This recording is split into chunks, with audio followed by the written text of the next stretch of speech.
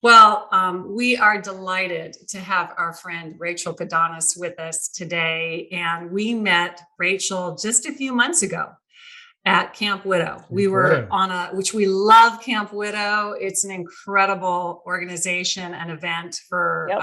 widows and widowers, anyone who's lost their partners. So we want to put a plug in for that.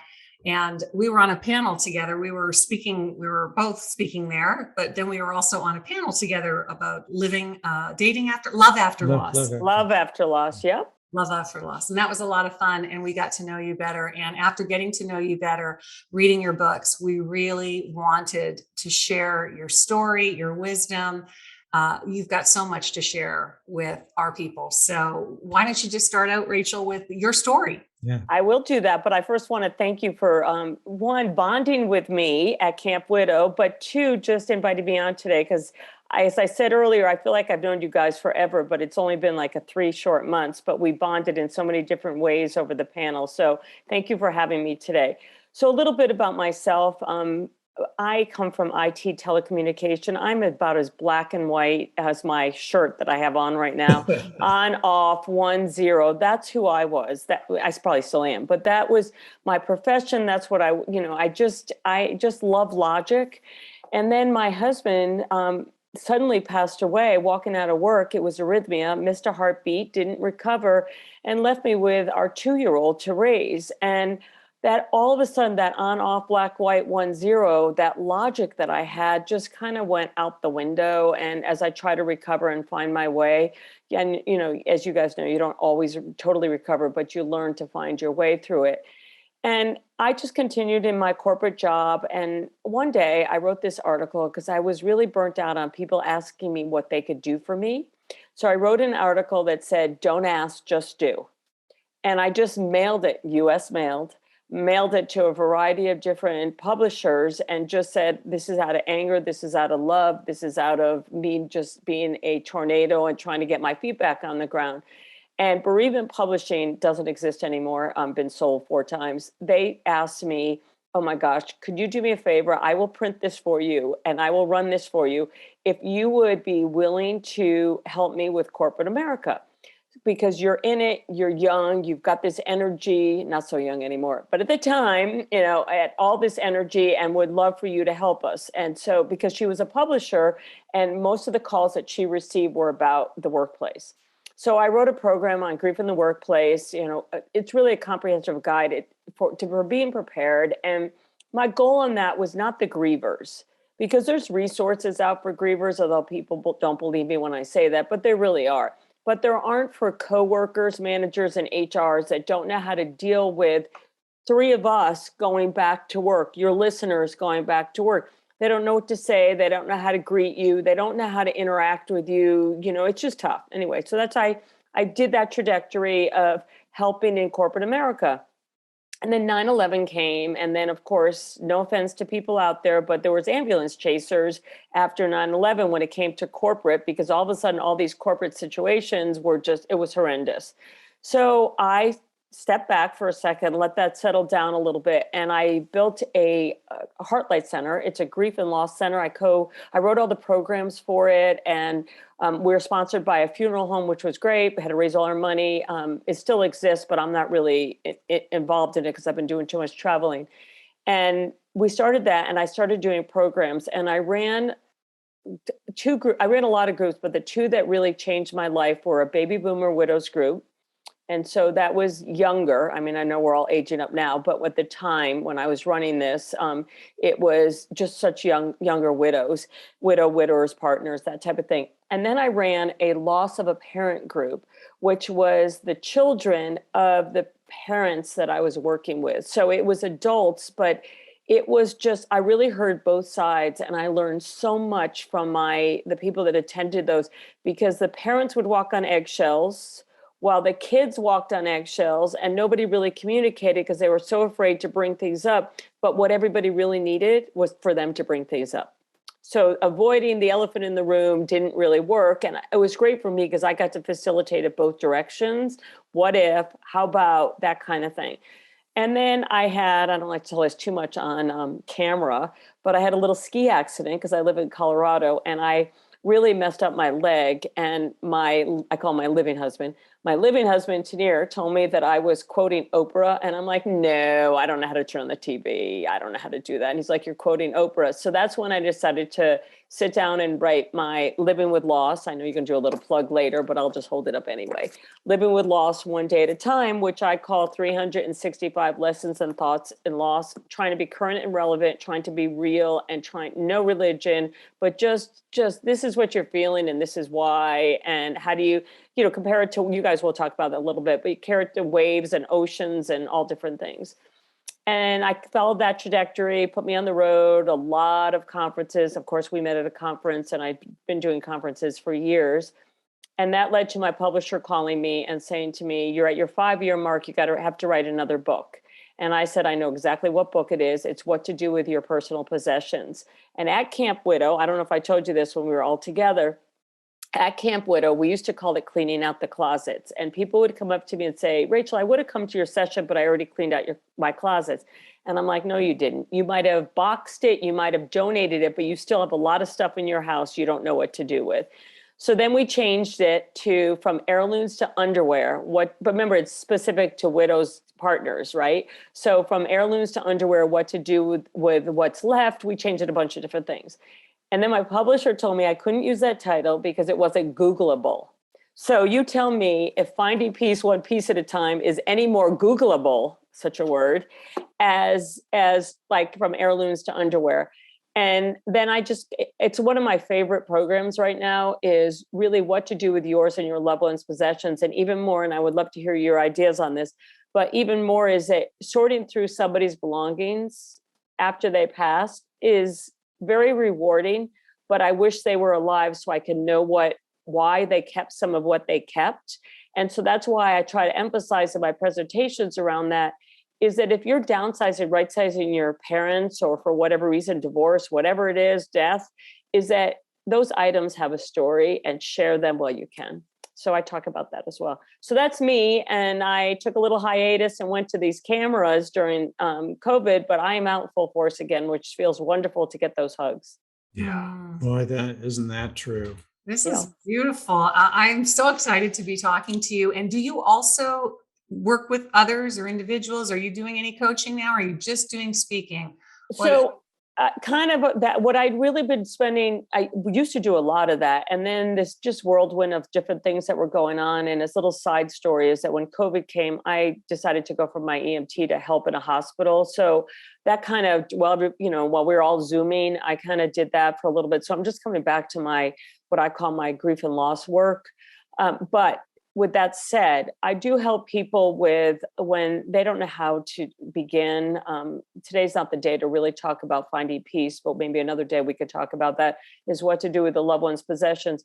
I help them. And what Zoom has provided me, before it was more FaceTime and Skype, but what Zoom has provided me, I could go into anybody's house now and work with them. So that's a huge gift for me of COVID, is that, it's just so easy for us to do this. And so I do help the people. That's where my time has been lately, is helping them sort, my 3 words, sort, thin, and repurpose their loved ones' possessions.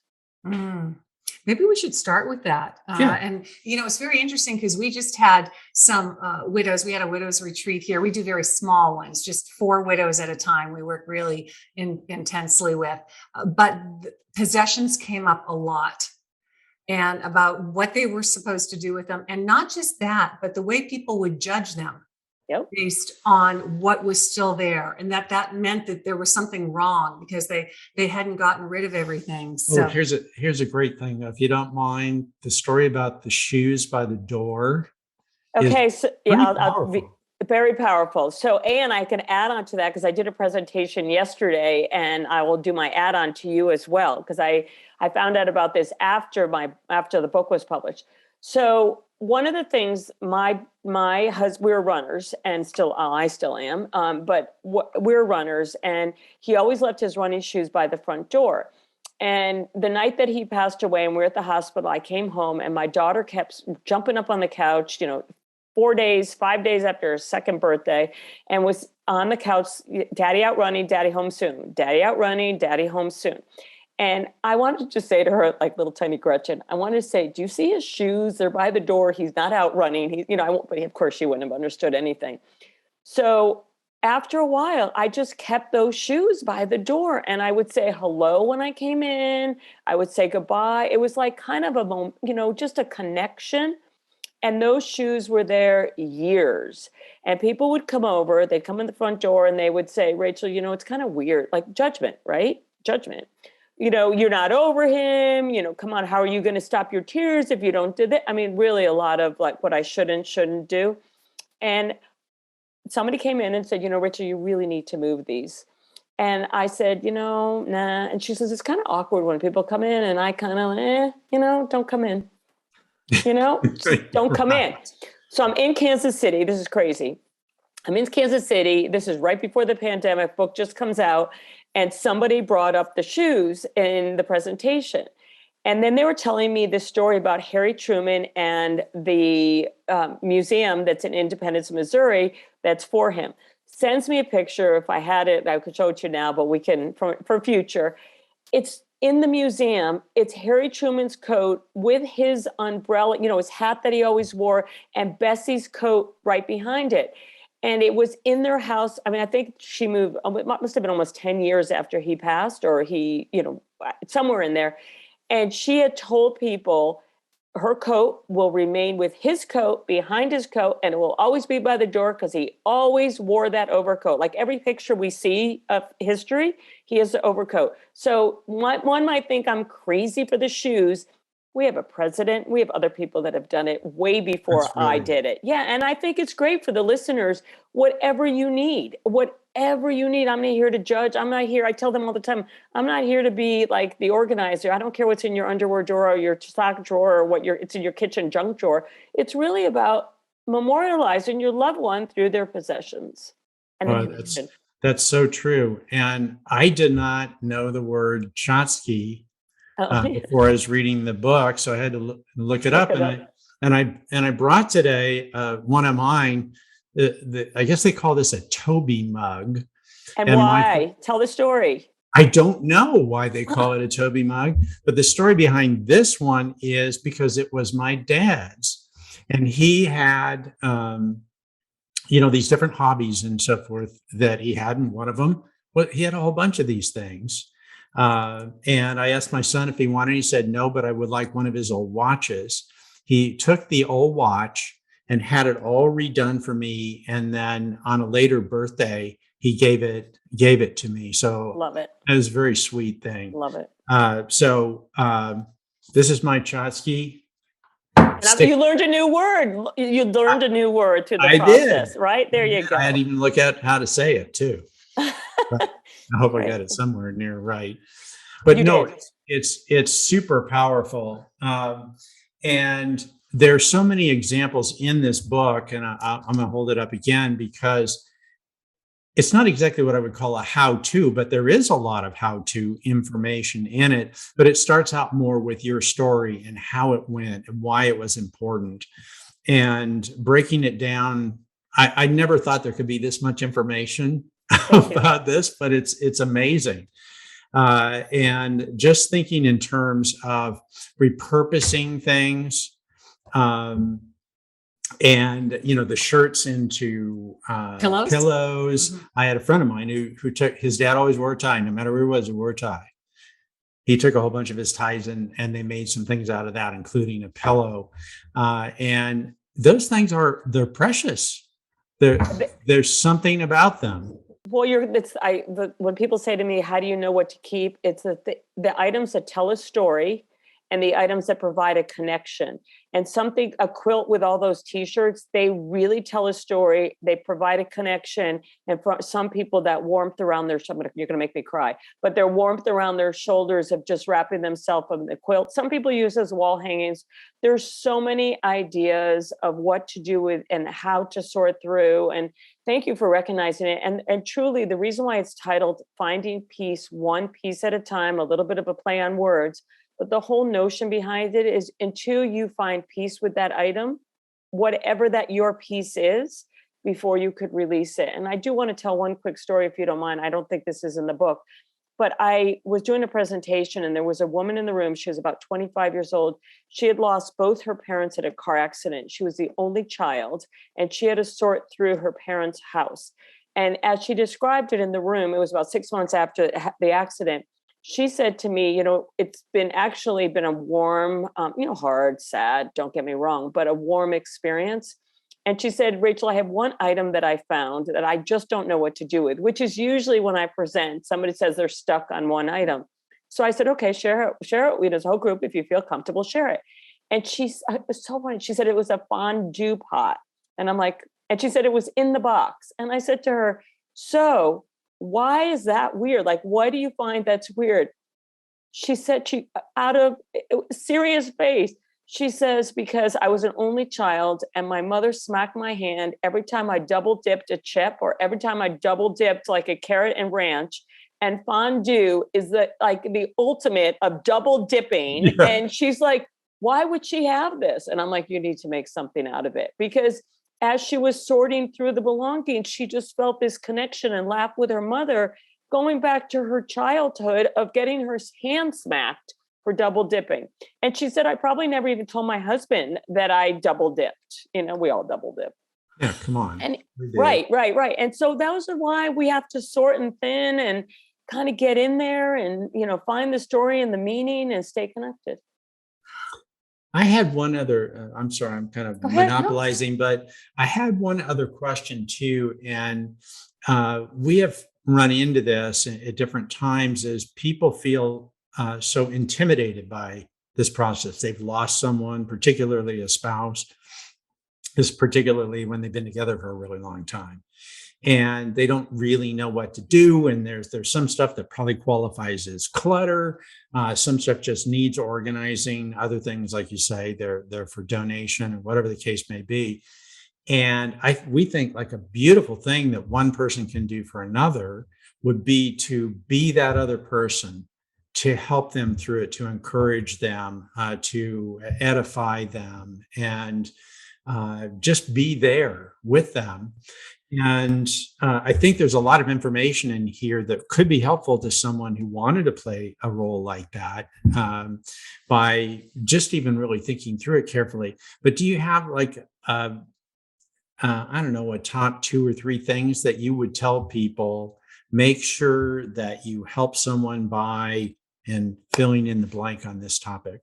Okay, excellent question. And in the book, I do talk about building your team, about different roles. And the team could be of one, and one person could be the runner, one person could be the nurturer, one person could be the researcher, one person could be the rapper and the boxer and that type of stuff.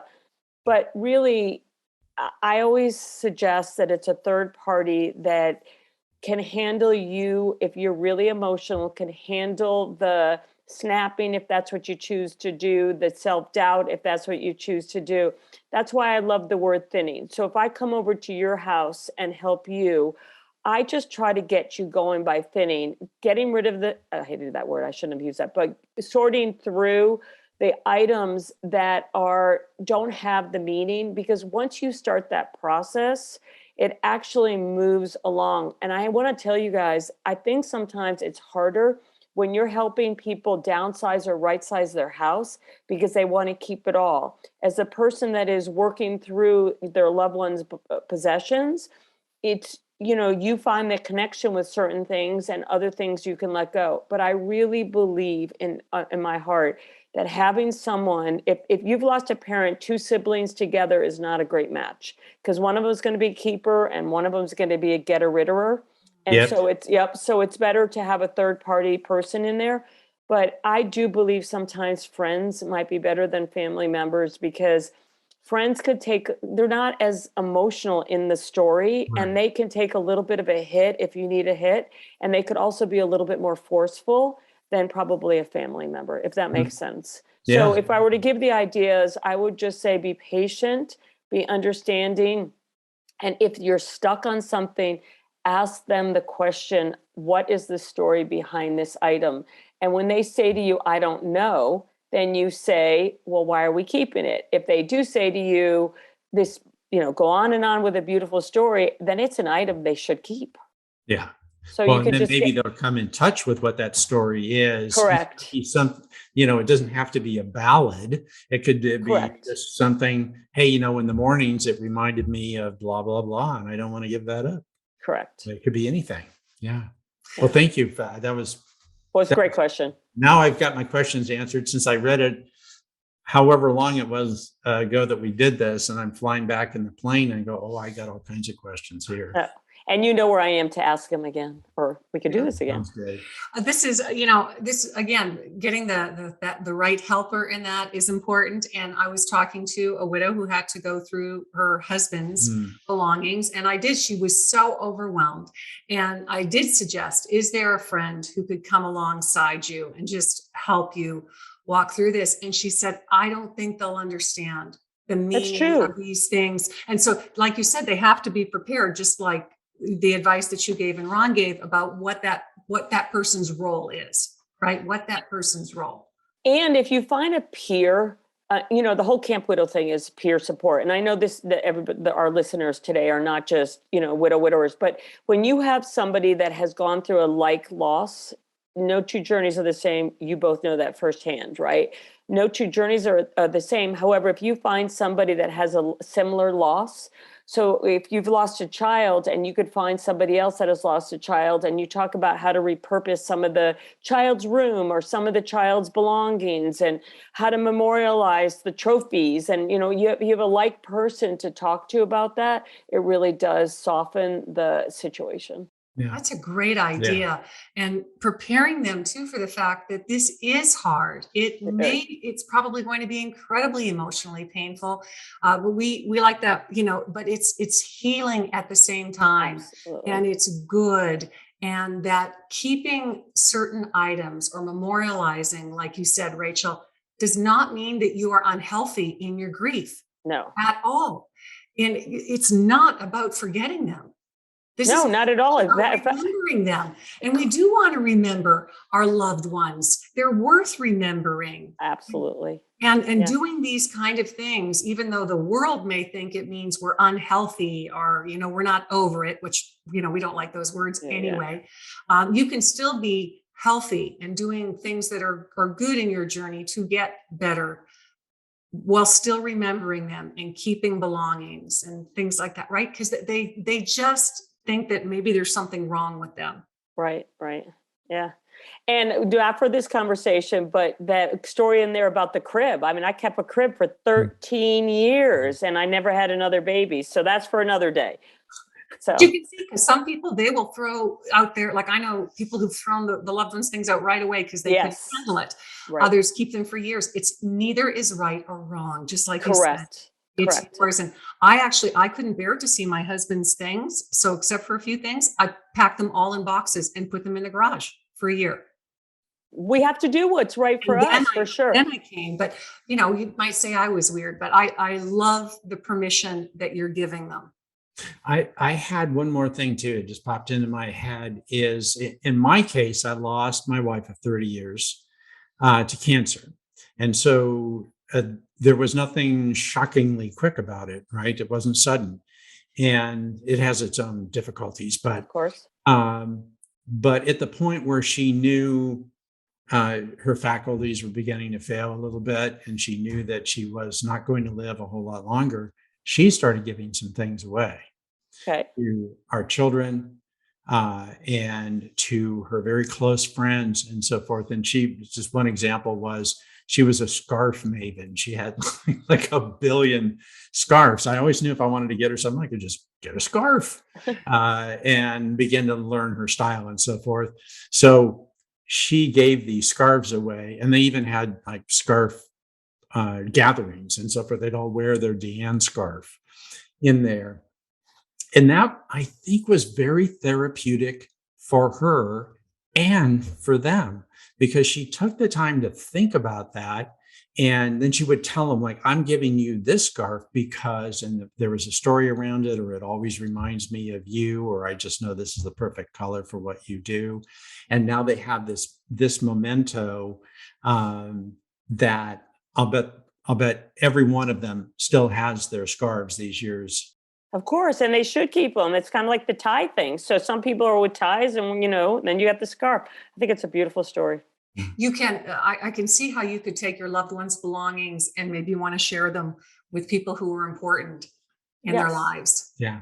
And, I know this is getting off topic a little bit, but I just have, because I hear these ideas. Don't you talk to people, and you think, oh, that's a great idea, I'm sharing that.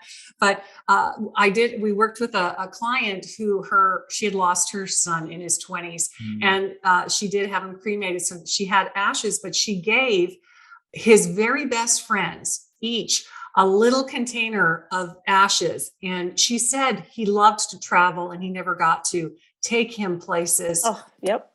And show me a picture. And they did.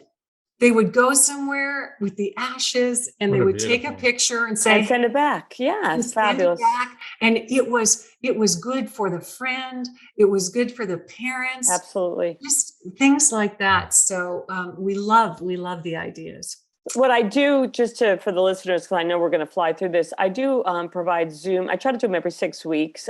Zoom programming. It's kind of a short. I used to call it when we were all home, Zoom side chat with Rachel, and now I kind of put it back to finding the possessions or the personal belongings. But I do in there show some photographs of some ideas of what people have used, whether there's some military fatigues or whether there's some mosaic art around jewelry or buttons. I mean, I've got, and to any of the listeners today, if they're stuck on something, just find me, email me. We're going to probably do contact information at the end. We are, and we're going to include it under the video. So anybody who's watching now, all her information. Right, that'll be there. But also, if you're on My Grief Care, then step into the resource section because you'll find a section on books. So you'll be able to find these books. And her website. And the website, of course, will be in there. So, great, thank you. Hey, well, now we get to go to the next great book. So, okay, look at her. Look at my people here. Yeah, this is it. So this is Living with Loss, One Day at a Time. And I read it really quickly. It wasn't meant to be read that way, but I was just soaking it up. I don't think I would do that if I was early on in my grief. Probably it would be just the right speed. And I like that, Rachel, because we know that grieving people are overwhelmed. And these are just little golden nuggets, right? Little nuggets. I'm going to use that word, golden nuggets. I wish you would. I will even. Yeah, I got it. Golden nuggets to just, again, validate somebody in this journey that is so difficult. And I would just like to read, if I could, there's a little intro here. I underlined a lot.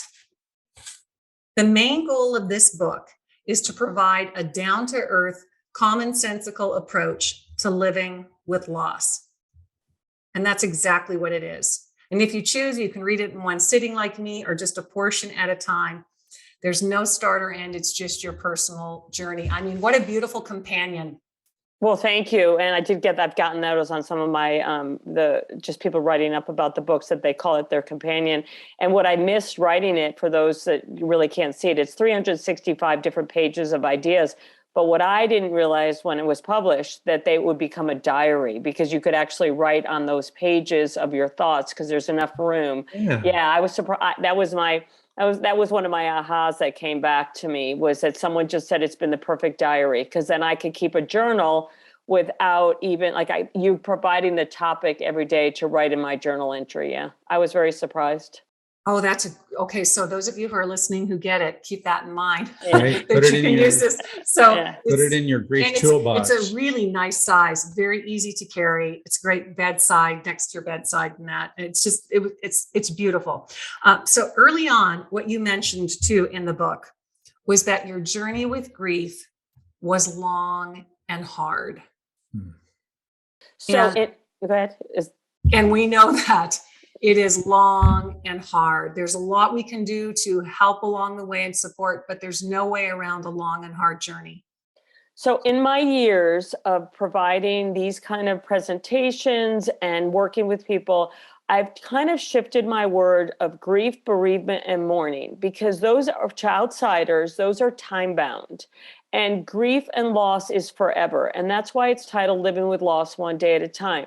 Because even though my toughest years were the first 2 years, trying to figure out what the heck I was going to do with my life and raise my daughter, it goes on forever, because my late husband's family, keeping my daughter with their grandparents, without a spouse to help me, it's ongoing. But there are gifts as you give you give so much of yourself to figure out how to do your new life. My daughter got married middle of the pandemic. That was difficult, but I didn't realize I did this at the very beginning. I would say to everybody, oh my gosh, Rod passed away. Who's going to walk her down the aisle? And people would look at me and say, Rachel, she's 2. If I were you, I would worry a little bit more about the fact that you're a widow than who's going to walk her down the aisle. Again, people kept telling my daughter this story that her mom always did this. Well, when she got married in December of 2020, she had her dad, late dad, natural dad, we'll call him, name painted on her shoes, and she held the arm of her adoptive dad.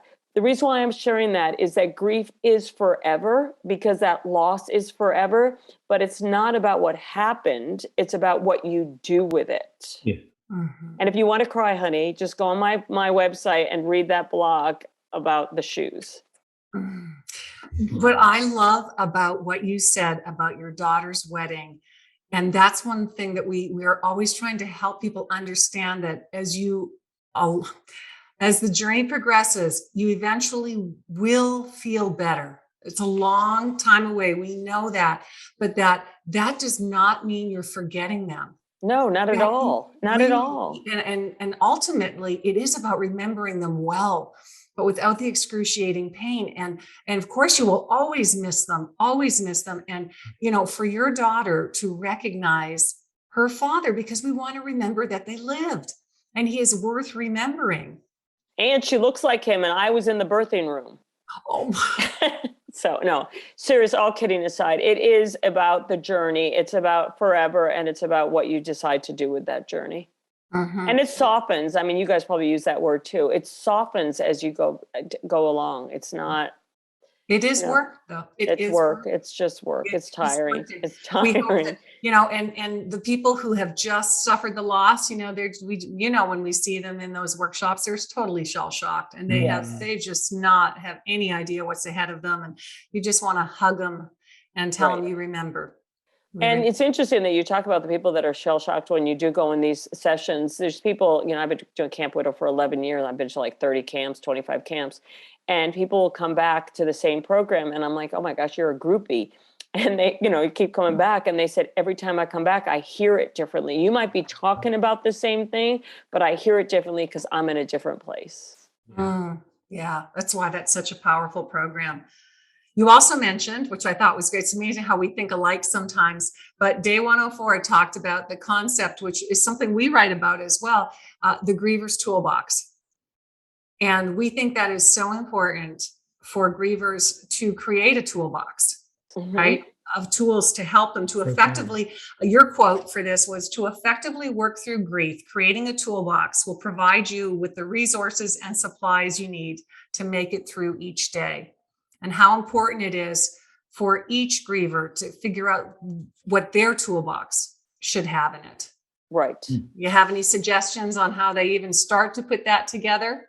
It's based on needs, and your toolbox can change along the way. We have, and I know we're doing all kinds of losses, but we met at Camp Widow, and that's a heck of a tool, is to find some peers that walked your journey. But I know that I wouldn't have showed up there the first 6 months. I don't even know if I would have ever showed up if it was in existence. However, I just didn't know if I would have it in me to do that. But that's a tool, but that may not be your first tool.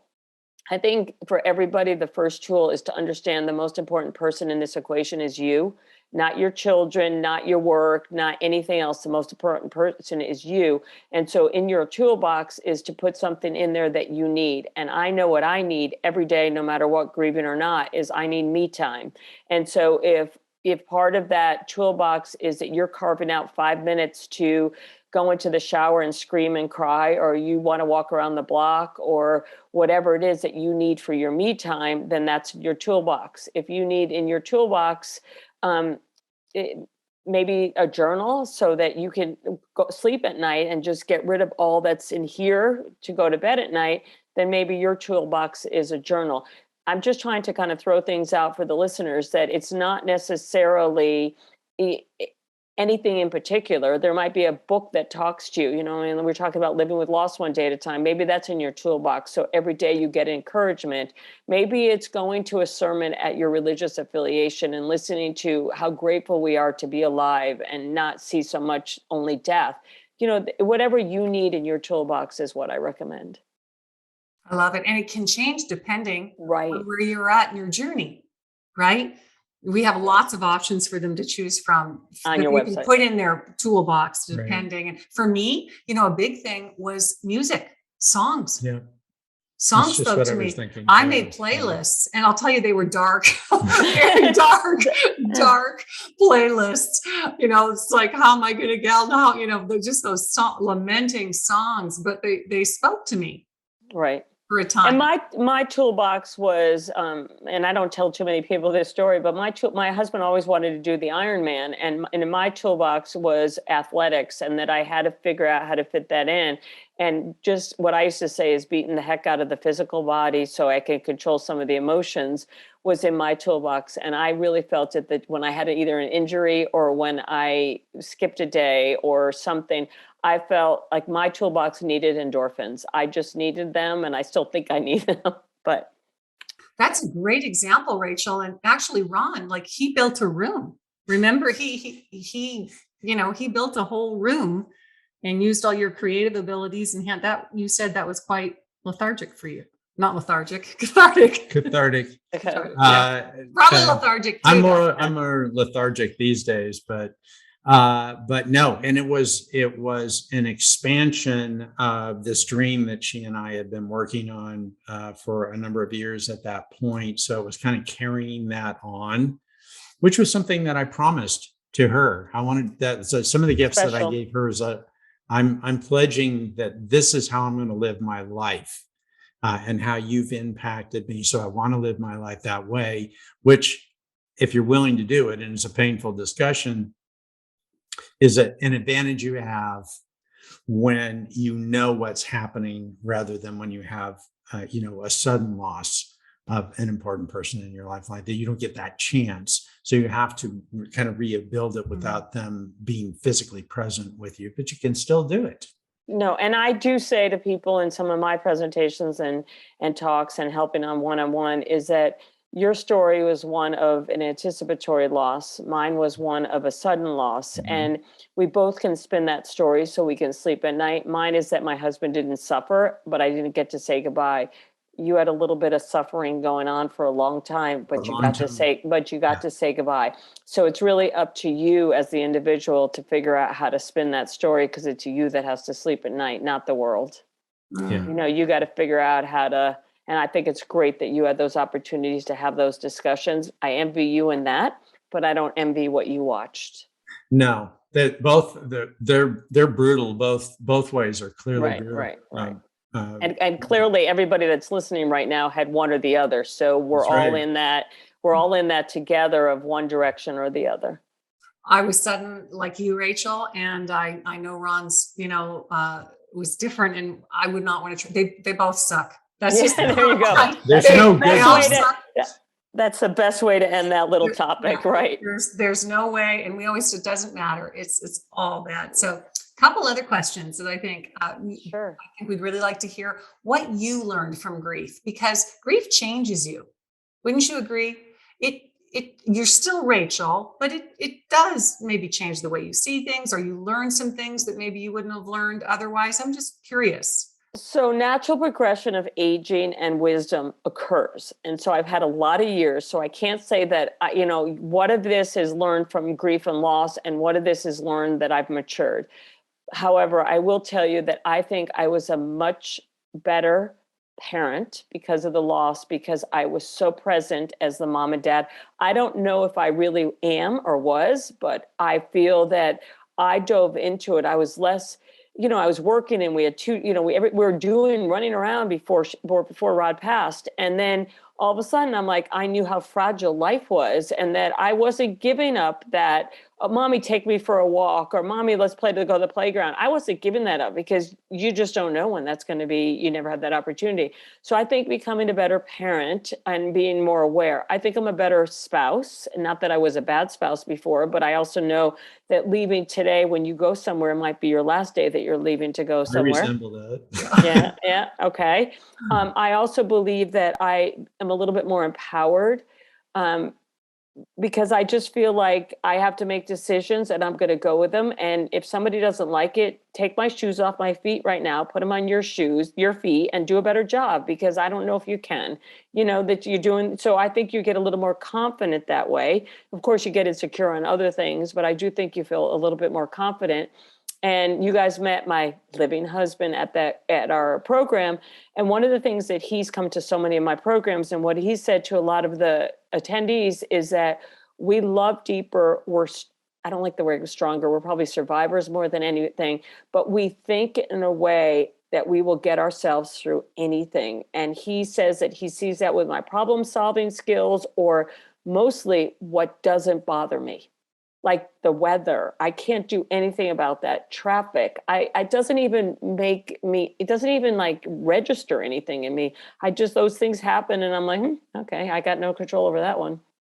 So I think that loss provides that for you, because it puts it into perspective. Yep. I can see that. Mm-hmm. Yeah. Yeah, it certainly does. And it's, I think wouldn't be sitting here talking to you right now. You give your heart and soul to the next round of people. And I think that's a gift too. I think I would have maybe been, I don't want to use the word selfish, but maybe a little bit more self. I don't know. That's a guess. It's a guess. You can grow in it. You certainly can, when the time is right. The time is right is the key answer tell to that. People, there's a time where you're just in the pit. Yeah. That's all. That's your job, right? Just don't drown. Just don't drown. That's what your goal is. Be in that pit, but don't drown. I like that. Don't drown. That's it. You're not supposed to be okay. It's all right.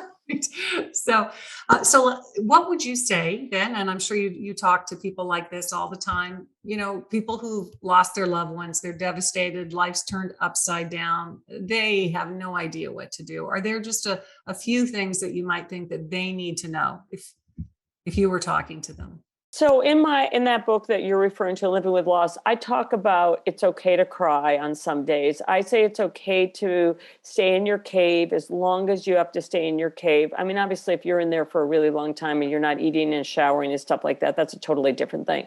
But stay in that cave, because I know that I really wanted to be there for a couple of years. I talk about that on day 88, because it's one of my favorite days in the book, is that life is either, you get to either like stay in your refuge, or you go out to the battlefield. And I love my refuge because it was with my late husband. I got to be in my sadness with him. Nobody knew our pain, nobody knew what we were going through. But when you cross out to the other side, which is really where you want to be someday, is to get out of that little refuge that you're in. It's a battlefield, because everybody is throwing things at you, what you shouldn't do. The shoes, like anything that people are telling you should do this, you shouldn't. So for me, I don't know. I just think that the journey is your journey, but you have to stay in that pain for a while. I mean, it's going to bite you in the butt if you don't later on. So you might as well stay in it at the beginning when have a little bit extra support. But today's not the day to talk about the workplace, and I do a lot of work in there. And, a lot of people throw themselves back into work. I don't disagree with that, but as long as they don't just use that as a full crutch, like use it as one crutch or a cane, but, try to come back to this at some point. Because I do think, you guys are in it with your clients, it will bite you in the butt if you don't just take it on, full. But the time to do that is when you're ready. Mm-hmm. I mean, the pain's going to show up at some point, right? If you push it away, it's going to eventually rear its head again, and you'll have to deal with it. And it kind of goes along, I think, with when you said embracing the grief. that it is part of the healing process, or at least getting, actually allowing yourself to feel it and to grieve. And I think you guys know from your personal experience with and with your clients, is that when you take that step back, whether it's the wedding, whether it was my daughter's graduation, I can tell you 1,000 things, deciding that I'm going to get remarried, of a word that but when like all of that, when you're ready to take those steps, there's really a ding in your heart, but it's the recovery. It's that ding doesn't stay there month after month after month as it did at the very beginning. But that ding is also pretty good, like pouring a little salt in the wound, because it just makes you know how real this is. And it is real.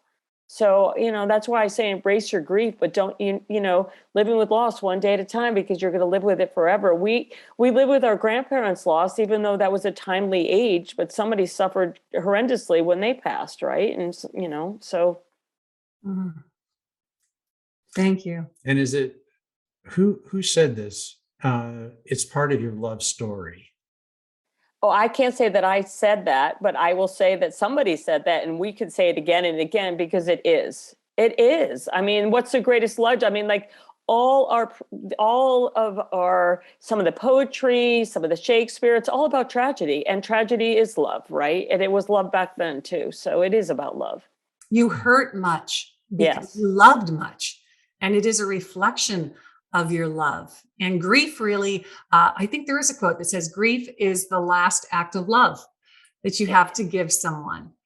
And but it is so hard. It's so hard. And we're all three of us are a little bit further away from that, like right at the hard. But, as being with your clients and just talking, it just brings it all back. And you look at them and you could say, you just want to take them home with you and just say, you really are going to be okay. But it's hard and for all you listeners, it's really hard to see it, because you just can't see a light at the end of the tunnel, or you can't just see some peace around it. And it still hurts, but it's just a peaceful hurt, because I'd rather have that short time with Rod than never have Rod. So, and you have to get there. You have to get there somehow. Yeah, that you said it so well, Rachel. When you hurt so much and you cannot see that light, the sorrow just blocks the way. It does. It's just unimaginable. And if you feel like that right now and you're listening to this, you are normal. Absolutely. You are normal. And, we're just, we have hope for you. And that's what I tell people. We can help for you. Yes. Because we've done this journey, and this has just been so rich and delightful to get this time. Is there anything else that you would like to share, Rachel? Just what we kind of just summarized is that you have to walk the walk. You have to walk the walk. And I encourage you to just take the good, the bad, the ugly, the up, down, and all around, whatever it is at your journey, those relationships that come, those relationships that leave, just everything, whether it's, sorting through the closet, or it's, changing your name as I had to, and I chose to, and just all those things. If you just take them and just say, wow, it's what it is. And I said earlier, you can't change what happened to you, but you sure as heck have control of what the future looks like. Right. I met you guys. I thank Rod. I thank you guys' spouses. We would not, right? Right? These are connections that you couldn't have had with somebody unless you had this loss, because it's so freaking deep. Mm-hmm. Yeah. Yes. Then there is, you get it, right? Your kindred spirits. Right. Share it. And that's why we connected so immediately. Right. When we met. Yeah. Thank you Thank you for just spending time with me and inviting me on. Remember, we got this, and it's going to be on our website, Living with Loss. And then you've got I can find mine for a minute. Here it is. Finding Peace. Yeah, see my color scheme? It's a happy color scheme. Did you notice that? It is. Well, the publisher came up with the size. They just said it shouldn't be like a real book. It should be more of a hand tool kind of thing. Yeah. It's very well done. And thank you, honey. Joy. Thank you. I can't thank you enough for this. Right. And so what's wonderful about us being in this line of business, we get to hug. Corporate America, you aren't supposed to hug, you aren't supposed to touch, but I'm hugging you guys, and I'm hugging all the listeners too, that, just thanks for spending the 45 minutes hour with us, because it's, and take something away. Yes. Yeah. they do not need to do this journey alone. And I Right. sure they picked up something here and felt validated. I'm So, sure they did. thank you. Thank you. We'll chat soon. Bye. Bye-bye.